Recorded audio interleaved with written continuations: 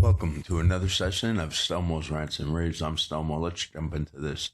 I missed a couple days. I had a couple things come up, and some of that I'll be going over in a future video, especially when I discuss my memory problem. I've seen the neurologist again, and well, I'm not going to go into it all now. I will save that for the future. But it really is interesting because I think these doctors know. They're just not going to say it. Just the way it is. Anyway, yesterday when I was reading the news, I just started feeling so pessimistic. I said, you know what? We've lost this country. I think it's over. I don't know how we're going to pull out of all of the problems we have. I hope and pray that we can, but I'm not too sure. And one of the articles that really did it for me, because I'm trying to figure out what exactly is our government doing, or in some cases, what are they not doing?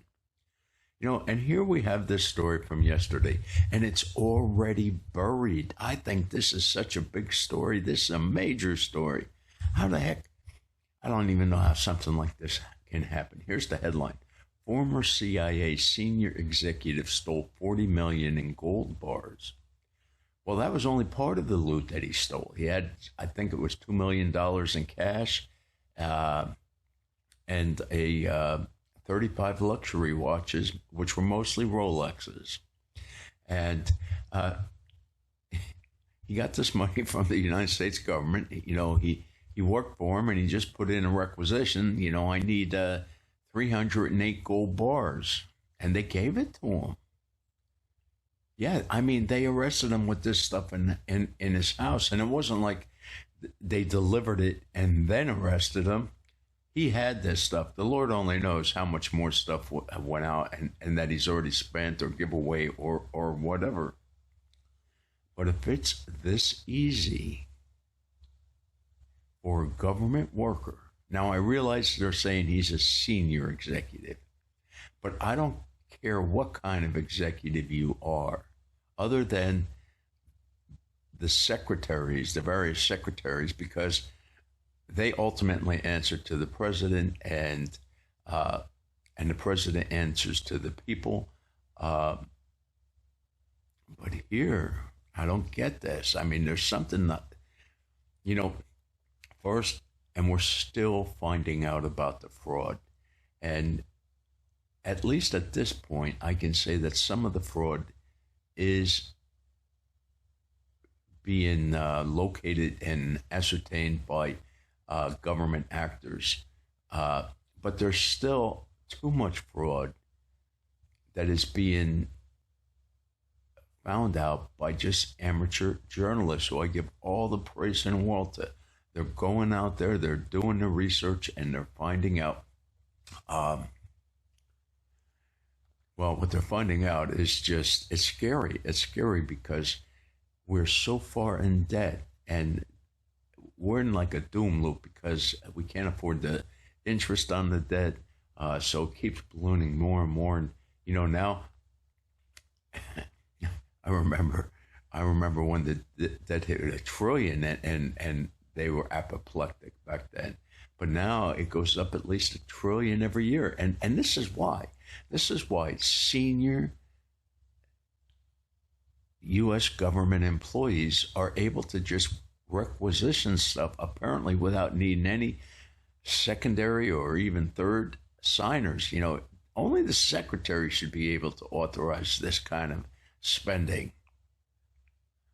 And if it's too much for the secretary, then they have to have in place where it requires at least a second party to agree that this is necessary.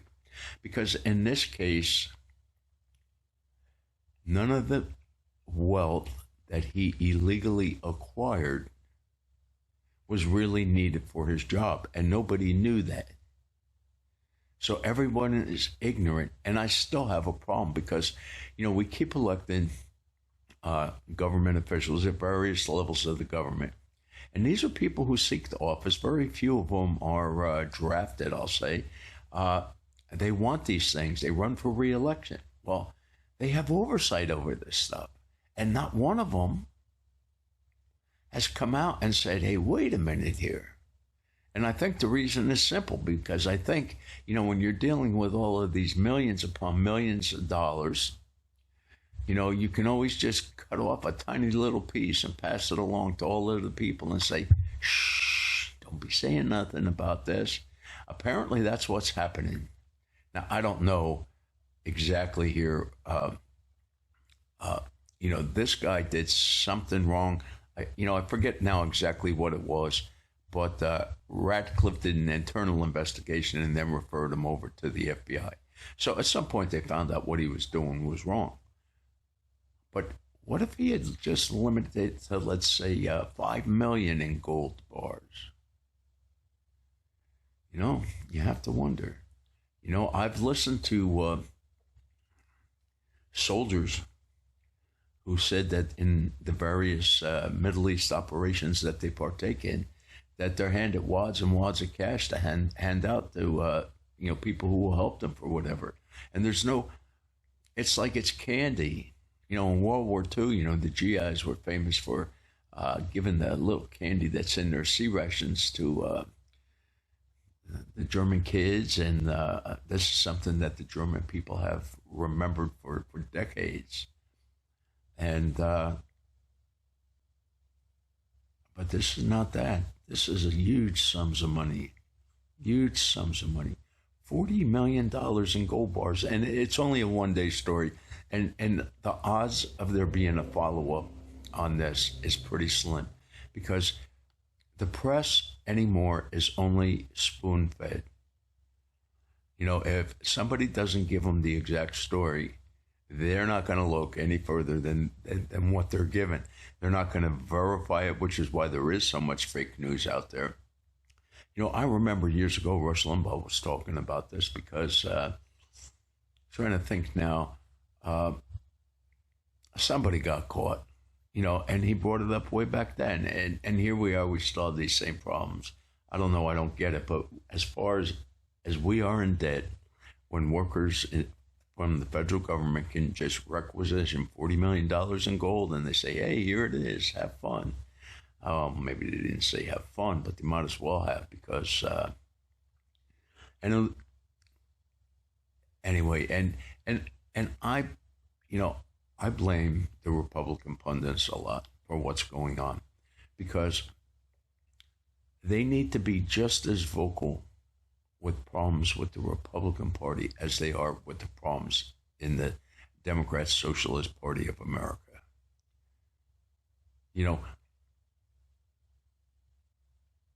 One party rule, regardless of the party, is never a good thing, because these people become greedy. And right now, there's very little morals or ethics amongst these people. The corruption is so rampant, and it's not going to bode well for this country. It can't continue.